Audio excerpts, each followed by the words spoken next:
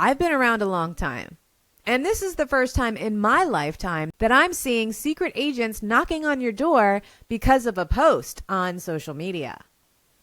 Yeah. Get the bail money ready. I'm Kristi Chanelle, and this is Sassy Politics.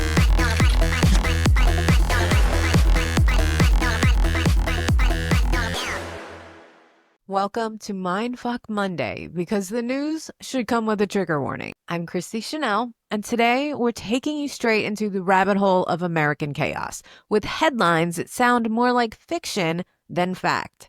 So grab your caffeine and let's unpack the madness. Kristi Noem's reality show. The Hunger Games for Citizenship. Kristi Noem was in talks with the Duck Dynasty producers about a reality show where immigrants would compete for U.S. citizenship.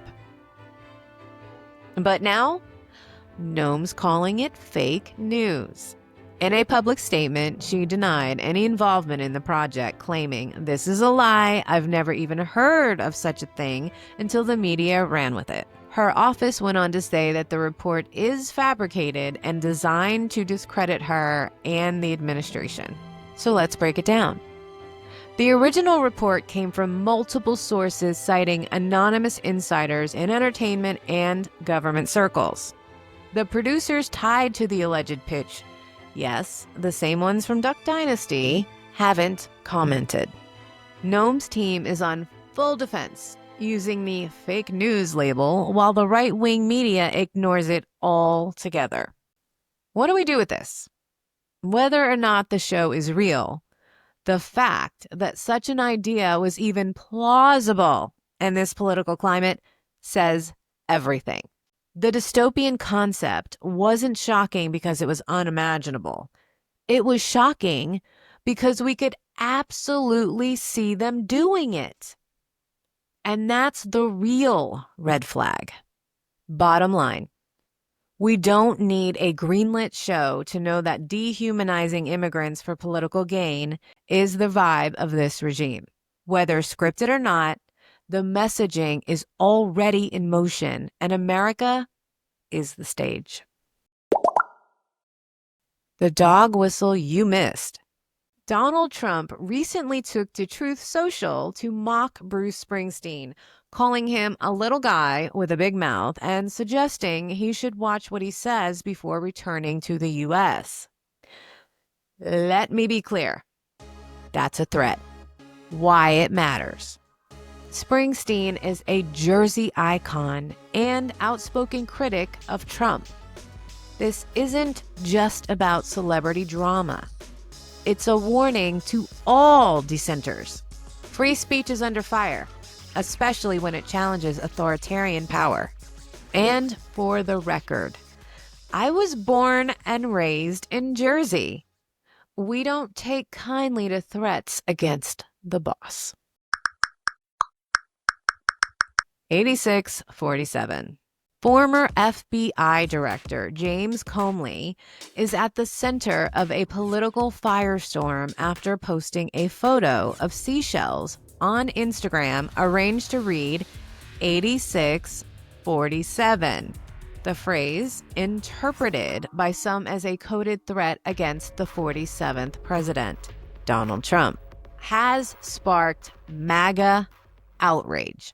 Conservative media outlets claim the phrase is a veiled call to assassinate the president. But 86 is a common slang meaning to cancel or reject, used in everyday restaurants. I worked in restaurants for years. 86 the tomatoes on the burger. It's really very, very common.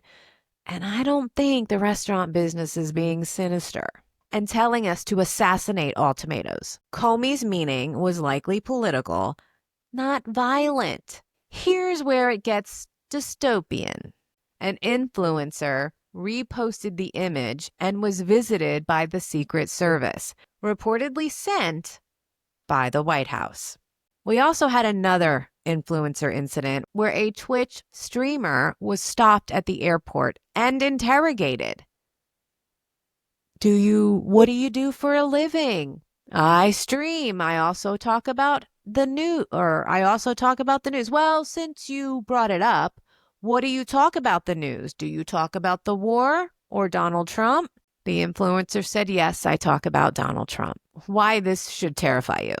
The federal government is dispatching agents over memes, metaphors, and reposts. There is no evidence of a threat, just interpretation turned into weaponized surveillance. We are now living in a country where criticizing the president gets you flagged, followed, and potentially detained. This isn't about safety. It's about silencing. Taylor Swift is a distraction, and Trump knows it. In the Trump Truth Social tirade, Taylor Swift. But let's not get played. Here's the playbook. Throw a bone to MAGA with a celebrity feud. Drown out the headlines that matter. Shift the conversation from policy to pop culture. The real headline should be the SAVE Act, the erosion of reproductive rights, the weaponization of law enforcement. Taylor is not the problem. The regime, using her as a decoy, is. 50 States of WTF, the Justice Watch, where I watch the courts so you don't have to. From state bans to surprise wins, this is your weekly breakdown of who's protecting our rights and who's playing fast and loose with the Constitution. This week's jaw dropper. Florida. A federal judge just struck down a bill that would have allowed teachers to be fired for using the wrong pronouns or discussing LGBTQ+ topics. The court ruled it a violation of First Amendment rights. Texas. A new bill introduced could classify drag performances as sexually oriented content, putting them under adult business restrictions, even when performed in public libraries or pride events. Lovely. Tennessee. The state is facing backlash after arresting a journalist who filmed a protest outside a school board meeting. Charges? Trespassing on public grounds. This week's pattern. If you speak, perform, or publish, and it challenges conservative power, you're a target. Journalism wins with the Preakness. 2 weeks ago, we made a joke after the Kentucky Derby when a horse named Sovereign beat journalism. I said it felt like a metaphor. Well, guess what? Journalism just won the Preakness. And I'll take that as a sign. Because, let's be real, journalism is under attack. From banned books to banned TikToks. From censored teachers to detained reporters. The First Amendment isn't just being tested, it's being trampled. So when a horse named journalism crosses the finish line first, I'll cheer for that little win. Because we need every damn reminder that truth still matters.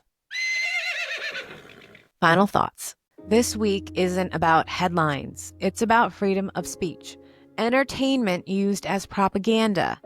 Threats masked as jokes. Memes treated like felonies. Teachers, performers, and journalists treated like criminals. They want us quiet. They want us cautious. They want us scared to hit post. So here's what we do instead. We get louder. We double down.